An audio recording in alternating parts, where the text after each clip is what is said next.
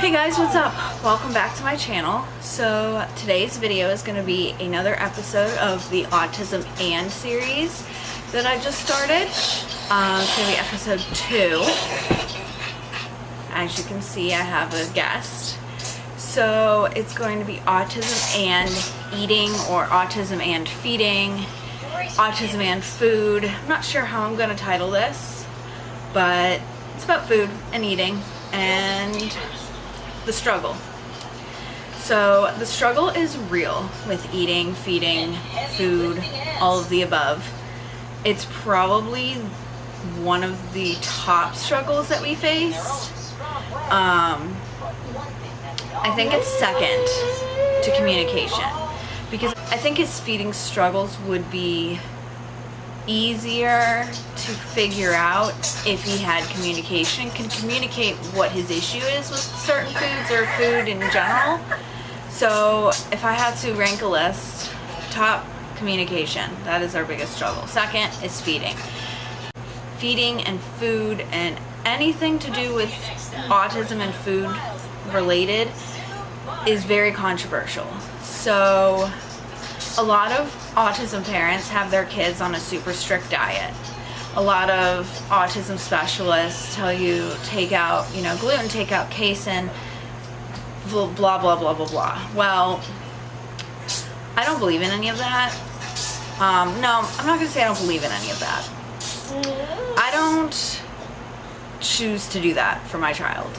If you're a hardcore believer in changing your kid's diet to make them a better human, thanks, there's a foot, to make them a better human or help them, you probably don't want to watch this video. I mean, I'd like you to watch this video because it's my own opinion, but you probably don't want to if you're a super strong believer in taking out every tasty thing with food. And I'm not gonna lie, gluten-free food is not that tasty. You can find good gluten-free food. Dairy-free food, all of that is not that tasty compared to regular food. And there are parents who really see differences in their kids. However, it's very expensive, and I don't really have the funds to buy a whole separate food for him. I already buy separate food for him, but to buy him that kind of food. And currently, my child only eats 3 foods, and none of those foods can be made at home. One of the foods I can maybe make at home, but 99% of the time I don't. Bug your foot, man. Currently he, like I said, eats 3 foods. He eats cheesy roll-ups from Taco Bell. Thanks for joining us today. He eats mac and cheese from Noodles and Company. And he eats pizza. Takeout pizza, not frozen pizza. And he's kind of specific about the kind of takeout pizza. None of those things can be dairy-free, gluten-free. They could be if you made them at home. He is very sensory-oriented, which will probably be my next video, is autism and sensory. Super sensory-oriented, super visual, super oral sensory, and very sensitive and sensory in his mouth. If it looks different, if it tastes different than it should taste, he won't eat it. Now, he eats pizza, mac and cheese roll-ups. Let's take gluten and dairy out of his diet. What is he left to eat? Nothing. And he drinks Pediasure and milk, and loves Pediasure and milk. He lives, most of his nutrients, almost all of his nutrients comes from Pediasure. He does not eat vegetables, he does not eat fruits, he does not eat meat. He used to eat all of those things. Now let's stop and rewind. Let's go back to when he got diagnosed. He got diagnosed with his autism, if you watch my other videos, at 18 months. Now at 18 months, he was eating anything you gave him. He would go to each person, and there would be 4 people in a room all eating separate things, and he would come and take a bite out of things. He would eat pesto, Alfredo, he ate hot dogs, which, okay, yeah, hot dogs aren't the best meat. I'm not giving him a prime rib or something, but he ate everything. He ate his baby food with no problem. He ate, I used to make him those pouch smoothies using yogurt and applesauce and fruits and, baby food, veggies. I used to make him pouches all the time. He used to eat all of those things. And literally overnight, he stopped. And even up until this day, he may eat something today, and tomorrow, he looks at you like you're trying to poison him, and he doesn't even try it. A few months ago, he ate a slice of French toast. He hasn't eaten French toast or anything breakfast related in so long. He randomly ate a piece of French toast one day. The very next day, I offered him another piece of French toast. He wouldn't even come near it. One day, he drank 2 jugs or whatever of drinkable yogurt, 2 of them in one night. The very next morning, I tried to give him a drinkable yogurt. He wouldn't even attempt to try it. He's very, very, very, very particular, very sensitive, very specific.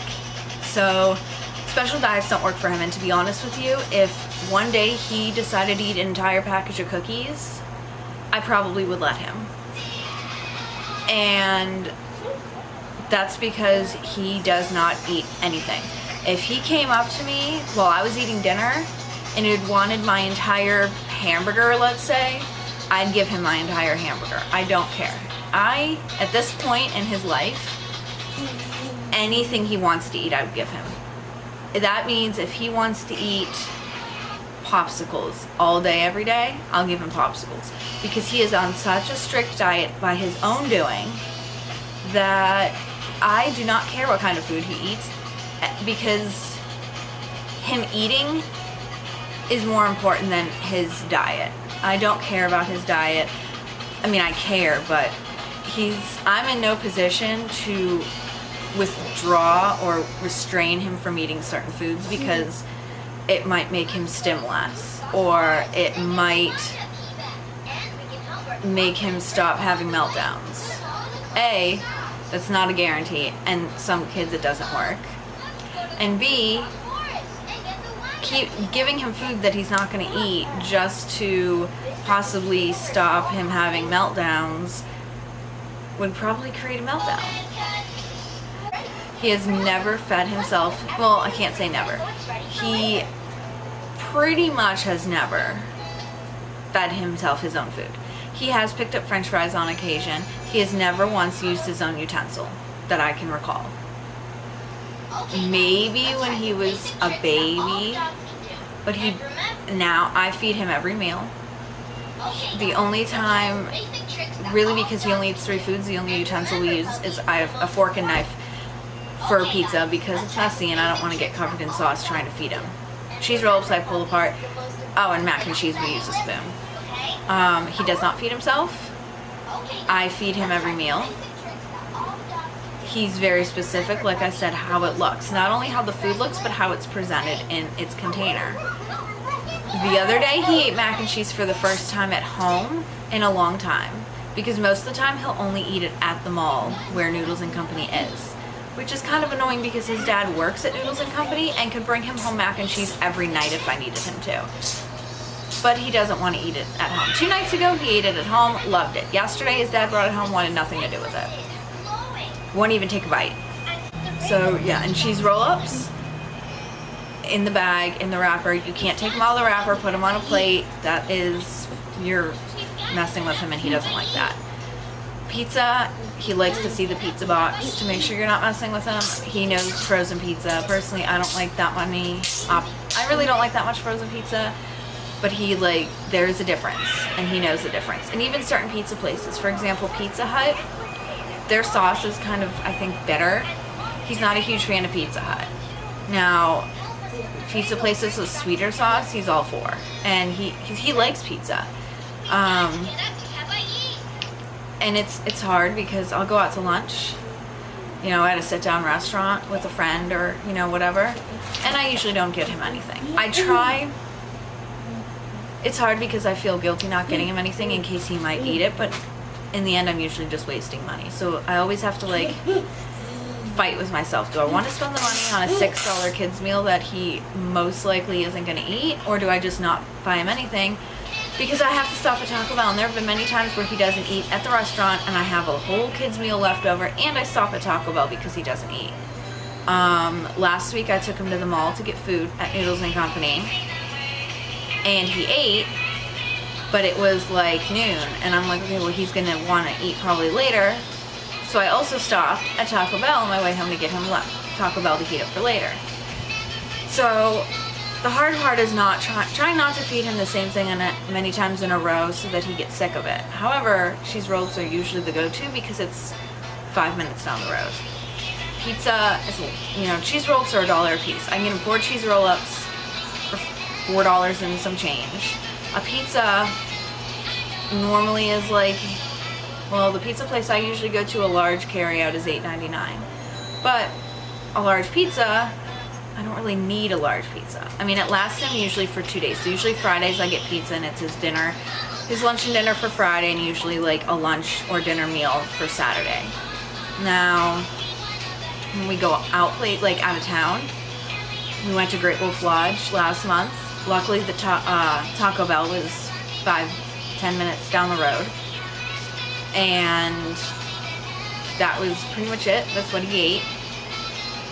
When we go to visit my dad in New York, where he lives, or where he was living, had no Taco Bell, nowhere near. Noodles and Company is not a place in New York, and so either he ate pizza or nothing. And it's one of those things where I know that him not eating one day is not going to kill him. He's not going to starve to death. And it used to really upset me when he would go a day without eating. But at this point, he gets his Pediasure, so he's getting something, even if it is liquid calories. And there are a lot of kids on liquid diets and they are surviving. So it's not as upsetting if he doesn't eat. There was about 2 months ago, maybe, there was a point where he ate like twice in 2 weeks, 3 times in 2 weeks. He didn't feel like eating anything. And that I got upset about, because it's like, okay, you can't go that long without eating, but again, I care more than he does. He does not care. So that, like I said, is a huge struggle. People don't understand. It's like, oh, why don't you just give him this? Why don't you just give him that? Just give it to him, see what he'll do. He's not gonna do anything. He doesn't want it. He pushes your hand away. He does this like stiff arm thing, or he keeps a closed fist and punches your hand away. He's just not interested. Like today, I went to Taco Bell, got him lunch, and he didn't want it. So I'm gonna try and feed him after this video, after I film. And it's hard because he goes through, peaks and valleys as far as eating. Some weeks he'll do really well and he'll eat 2 meals every day. Some weeks he'll do terribly and barely eat 1 meal every day. But if you think about it, he's so little and he eats so much less than what he should. His stomach is very small, so even though he may only eat 1 slice of pizza for the entire day, his stomach is so small that 1 slice of pizza fills him up, and then his Pediasure on top of it. If he didn't have his Pediasure, he would probably be underweight and malnourished because he doesn't take vitamins. He won't take vitamins. He doesn't like fruit snacks, so I can't even give him a fruit snack vitamin. Sometimes I put protein powder in his drinks. If he goes for a long patch without eating, I put protein powder in his drinks. But yeah, no fruits, no vegetables, no meat. Not even applesauce, not even really fruit juice. He'll drink apple juice and white grape juice, and that's only because white grape juice is very similar to apple juice in taste and look. You put a fruit punch drink in his sippy cup, he'll look at it and be like, you must be joking, because I'm not drinking that. He gets very uneasy when he sees things that aren't the right color.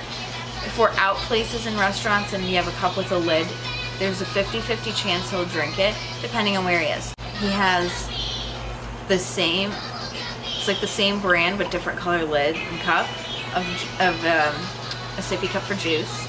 It's the only cups I use for juice. I have a million sippy cups and stuff in the cupboard, and he will not take juice from any other cup. He uses, it's the same brand but different color, 3 cups for milk, and that's the only cups he'll usually have for milk. Sometimes I can get him to drink, but very rarely. And then his water cup varies between a few water bottles, but he knows they're water bottles. And because it's clear, he's less suspicious, so if he sees a cup filled with water, he's more willing to try it. I mean, he was in the hospital for dehydration last June, and they said, oh, well, we need to see him eat and drink to release you. I said, well, I guess we're never leaving, because he's not going to eat for you. He does not eat when he's sick. When he has a cold, you're very rarely going to get him to eat anything. And because we left to go to the hospital in such a hurry and didn't know we'd be staying, his beverage cups were at home. I think I only had his water cup because it was like already out because he was sick, throwing up, so I had his water and not milk. So I'm like, he's not gonna drink or eat for you. I think I might have gotten him to drink a little bit, but they basically had to release us on trusting that I know what I'm talking about, which I do. Because you can put pizza in front of his face, but if it's an unfamiliar place, unfamiliar situation, and he's never been there, he's not gonna eat for you. The only exception to that was we went to Disney at the end of 2016, and I fully thought that it would be a bust, but at the time he was drinking drinkable yogurts, he was drinking applesauce out of a straw, he had certain foods that he would eat, a couple more, and he ate every single meal. Every single meal. The only meals he didn't eat was breakfast, but he's not a breakfast eater in general. But every dinner we went to, he ate it really well. And so we were doing very well, and then he got an double ear infection when we came home, and he didn't eat for like 2 weeks. So like I said, he goes through ups and downs when eating. It depends on where he is, it depends on what you're giving him, it depends on who's giving it to him. He doesn't do it as much anymore, but if you offer him food he doesn't want and you eat it, he has in the past gagged at the sight of me eating something he doesn't want. But it's very strange. A lot of therapists don't get it. It's not that he doesn't like it, because he clearly likes, like I said, French toast. He clearly liked it. He ate the entire slice, devoured the entire slice. But something the next day, he didn't want it. Something triggered him and he didn't want it. Yogurt. Clearly likes it, and then the very next day acted like he's never seen it before. He's had licks of popsicles of mine, and then again acts like he's never had it before. So not really sure why, because it's not that he doesn't like it, and then some therapists have said maybe it's an allergy or it's upsetting his stomach and blah blah blah. This child asks for milk about 200 times a day. If dairy upset him, his stomach, and if dairy made him not feel well, this kid wouldn't ask for it all the time. All of his diet is dairy. So if dairy upset him, he wouldn't eat it. So it's not an allergy. It's just a pure sensory thing. I don't understand what it is. I've had therapists want me to go see the nutritionist, but he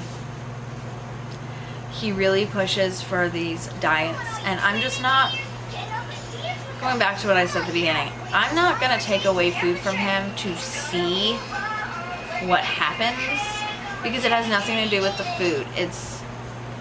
If you take that food away from him and you replace it with a organic, dairy-free, gluten-free version, you are now ruining that food for him if you ever try to go back. If I give him dairy-free, gluten-free pizza, which does not sound appealing whatsoever for a child with heightened senses and knows how certain foods are supposed to taste, if I give him a dairy-free, gluten-free pizza that tastes nothing like pizza, the next time I try to give him regular pizza, he's not going to trust me because I tried to screw with him last time.